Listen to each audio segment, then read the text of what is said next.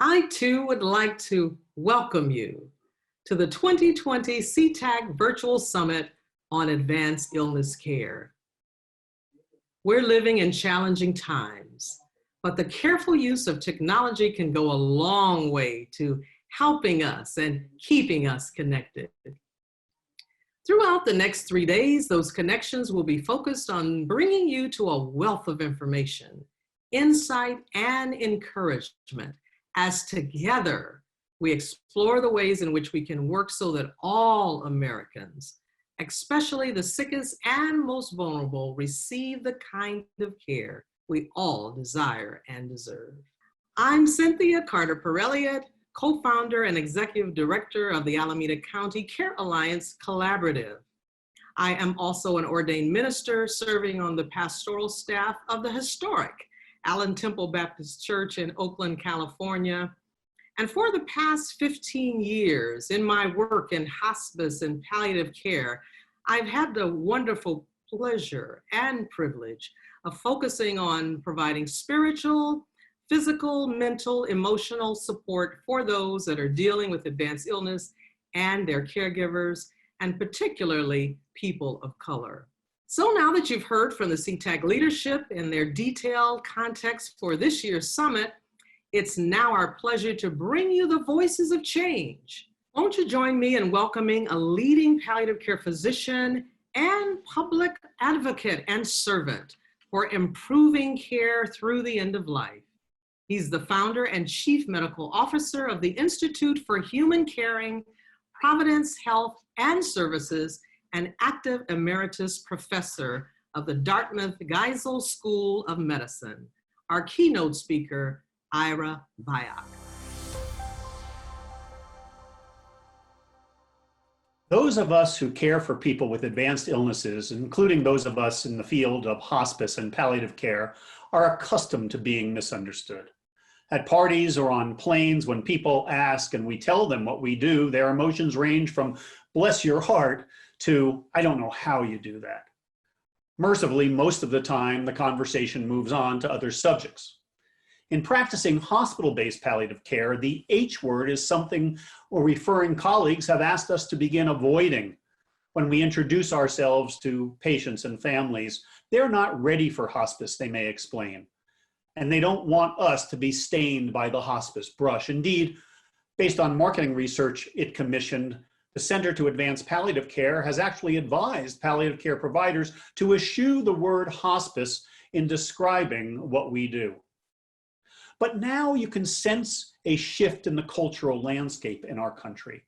Amid the COVID-19 pandemic, hospice's new H word is hero.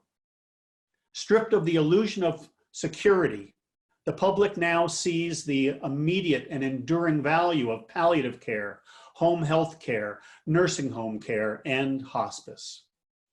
I hope we own it. Let's refrain from reflexively deflecting the compliments.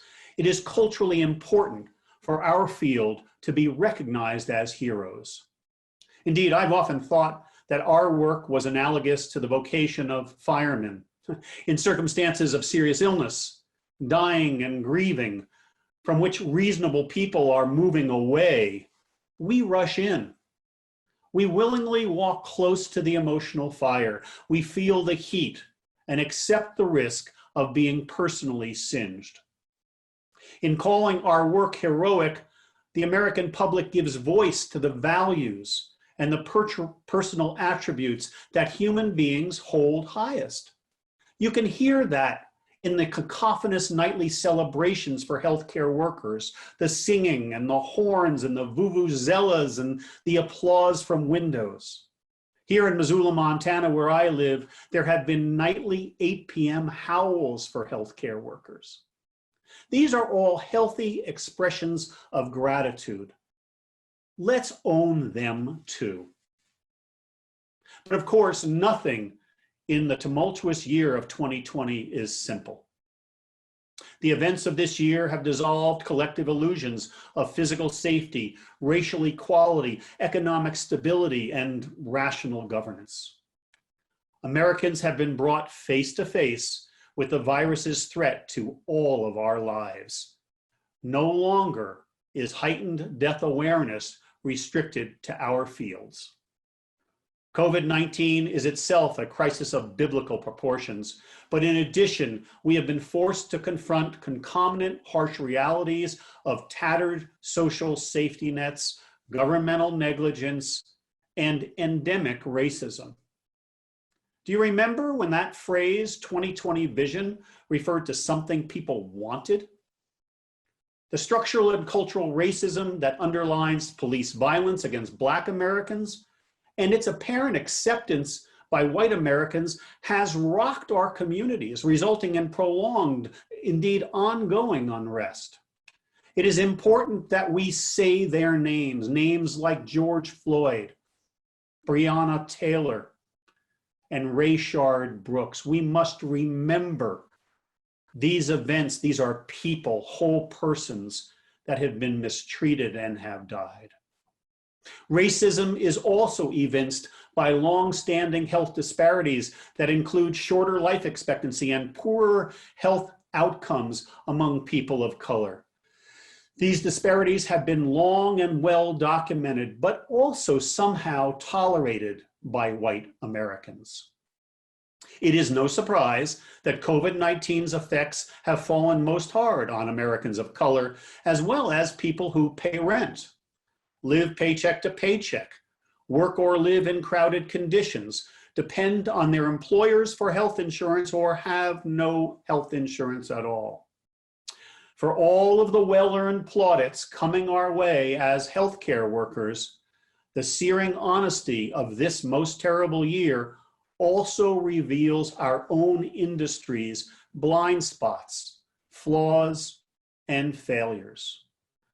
Those of us who have chosen to look inward have been warned that such examinations will be uncomfortable, indeed must be uncomfortable if they are to be real. For the most part, healthcare organizations have been earnestly stepping up. By last spring, every organization's board and senior management were developing substantive position papers on diversity, equity, and inclusion. A steady stream of healthcare webinars, panel discussions, and podcasts are calling attention to the assumptions and patterns of clinical practice that reflect implicit biases. These efforts are long overdue and they're entirely well worthwhile. But they are also insufficient. We have yet to witness an unblinking assessment of ubiquitous prejudicial business practices that are rooted in race, ethnicity, or gender. Healthcare's own sustaining contribution to these social diseases of our times lies in the ways we treat and compensate direct care workers. About 4.5 million healthcare aides, personal care aides, and nursing assistants in the United States form the informal backbone of our healthcare system. Many of these people work in home care, nursing homes, and hospice companies. There are countless heroes among them who richly deserve to be held up as examples. However, at least until this pandemic, they were largely unseen. That needs to change. Direct care workers are among the most poorly paid of any professions in the country, despite doing some of the hardest work in America. In 2018, wages for those providing intimate care for cleansing, toileting, dressing, and feeding frail elders and people with disabilities ranged from a median of just $11.55 an hour for personal care aides to $14.25 an hour for certified nursing assistants. Corporate executives and legislators tend to debate what a living wage really means and the complexities of determining the numerical living wage in any given region. Well, here's a simple explanation of a living wage.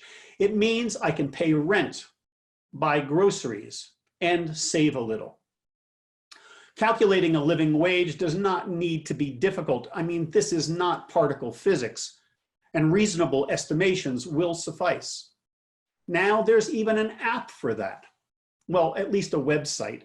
MIT researchers have developed a living wage calculator that you can push and get the information you need in a heartbeat. Regional hourly living wages for a family with 2 children and 2 working adults are estimated to be $16.96 here in Missoula, $20.47 in Los Angeles, and $22.56 in New York City. For a single parent with 2 children, the comparable living wages are $31.10 in Missoula, $38.06 in LA, and $42.33 in New York City. To be clear, nearly a fifth of direct care workers are officially poor, living below the federal poverty threshold for a family. 53% of these working adults require public assistance. A quarter rely on Medicaid, and a quarter receive supplemental nutrition assistance, or SNAP, better known as food stamps. Even before COVID-19, direct care workers had among the highest rates of on-the-job injuries of any occupation. In this pandemic, they have often had to enter homes and congregate living facilities of infected patients without sufficient masks, gowns, or gloves, thereby putting themselves and their own families at high risk of infection. Few have been accorded hazard pay. Few have sick leave benefits. This is no way to treat our heroes. Because of the circumstances in which they live and work, direct care workers are also sometimes unwitting vectors of the virus. Their homes tend to be crowded. Many can find only part-time positions, a feature that helps companies they work for limit their benefits. And therefore, they must often work at 2 or more locations to provide for their families. As a result, they are prone to transmit the virus to the multiple workplaces in which they provide intimate care. Let me pause and share some direct quotes so that we can hear from some of these direct care workers. Here's Yvette Beatty, a home health aide. I am feeling scared. Saying goodbye to my family, I don't know if it is going to be the last goodbye. We are running around with no protective gear. I would love to see us have hazard masks instead of putting cloths over our face or going to the dollar store and buying dollar masks. We are taking a chance on our own life too. We need equipment. You're telling me before you pushed out these trillions and millions of dollars, you couldn't push this out for us? You couldn't push it out for these people who are on trash trucks, who are mopping floors, who are picking up bio waste, who are home health aides? We are right here on the front lines. We need you to open up. It is time to wake and recognize us. Andrea, a hospital housekeeper, said, we had one patient that we thought had the virus. We asked the charge nurse to send us to get fit tested for the N95 mask that everyone was wearing.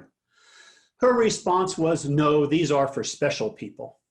And we were just like, we are here to clean the room and make sure no one else gets the virus, and you are telling us that these are for special people? I've been on this unit for 7 years. We are on the same unit every day with the same people. I don't even think my charge nurse knows my name. They just see us as housekeeping. That is what they call us. It shouldn't take such a trying time for us to get recognized. Considering we are the heart of the hospital, we are making sure that family members aren't coming home with new germs and with new illnesses because we are keeping the hospital clean. And Sabrina Hops, an acute care facility housekeeping aide. I clean patient rooms in the ICU department. Those are the sickest patients. It scares me because I can be cleaning a room of a patient that can have the coronavirus and I would never know. I have asthma and my son has asthma. My son is a cancer survivor. I am petrified to not know what is going on or what the patients have. I feel we should be getting extra compensation. We are supposed to get a 3% benefit with my pay at $14.60 an hour. 3% isn't going to do nothing. If my pay was better, I would be able to live on my own, and so could my children. What I make, it is not enough. So I am forced to share an apartment with my son and daughter and my granddaughter. Going back and forth to work, I am jeopardizing their lives, their safety, especially my son's. His immune system is shot, just like mine. If I didn't love what I do, I could have walked away and sat at home and like half the world and got unemployment. But that's not me. These patients deserve better. It is me and the other housekeepers who sit and talk with patients to brighten up their day because they don't have family members visiting now. As long as God put me on this earth, I am going to continue to go to work. Are tragic situations like these the result of racism and sexism in healthcare? The short answer is yes. It is no coincidence that more than 85% of direct care workers are women, nearly 60% people of color, and more than a quarter are immigrants. That doesn't mean that corporate executives and the bureaucratic managers who determine their wages and hiring and employment practices are overtly racist. Many of these individuals consider themselves politically progressive and regularly vote for candidates who are women and people of color. Accepting that distinction requires understanding the omnipresent influence of the unending need in America to turn a profit from caring for frail, disabled, and dying Americans, and the impact that has on the decisions and the actions of well-meaning business people. In the no margin, no mission mindset of American healthcare culture, leaders believe that they cannot afford to pay a living wage to all their employees, that doing so would somehow decrease their company's EBITDA, damage stock prices, or risk lowering their bond ratings. Within C-suites, any disagreement with this assumption is perceived to be naive. Leaders are not intentionally making decisions that harm women or people of color. The structural nature of racism and sexism in healthcare renders the intentions of individual company executives completely irrelevant. The social upheavals of this pandemic, Black Lives Matter, and pervasive racism and sexism represent opportunities to challenge long-held business assumptions and reset our expectations. The truest indicator of any organization's moral compass will not be found in its mission or vision, but in its budget, particularly those budget line items devoted to personnel salary and benefits. If we are to address endemic racism and sexism, the boards of directors of healthcare companies, both for-profit and non-for-profit companies, must begin to require that all workers are paid a living wage and treated fairly, regardless of the opinion of the markets or the bond rating agencies. Each company's diversity, equity, and inclusion policy must mandate transparent public reporting of direct care workers' median wages, benefits, and the annual turnover rates among this class of personnel, along with the proportion of part-time to full-time employees. Sick leave, family leave, and hazard pay for working in hazardous conditions should also become routine benefits of employment in healthcare. In addition to cash days on hand, boards of directors must begin to require executive leadership to report days of protective equipment on hand. Unless and until we stop making excuses for our mistreatment of the least powerful among us, the healthcare industry will be unable to own its ignominious contributions to endemic racism and sexism that have been part of sustaining this pandemic. This statement is at once an indictment and a confession. No individual of my seniority and years in healthcare can credibly deny complicity with this situation, if only in acquiescence to the status quo. If we are to authentically address issues of diversity, equity, and inclusion, we must cut the chains of margin-driven care and model the values that we espouse. Only then will we be able to chart a course to a more healthy and equitable future. There is an H word for healthcare company leaders who call their frontline caregivers heroes while neglecting to protect their health or pay them a living wage. That word is hypocrites. As healthcare professionals, we are highly respected in the United States, particularly now. Our opportunity for social and cultural leadership should not be underestimated and should not be squandered. Solution to healthcare's contributions to cultural and structural racism could begin with those of us who care for people with advanced illness. We could start here and now at this very meeting. Members and friends of C-TAC can pledge to make this happen. Thank you for the privilege of sharing my thoughts with you all today. Thank you for the work you do day in and day out. Stay safe.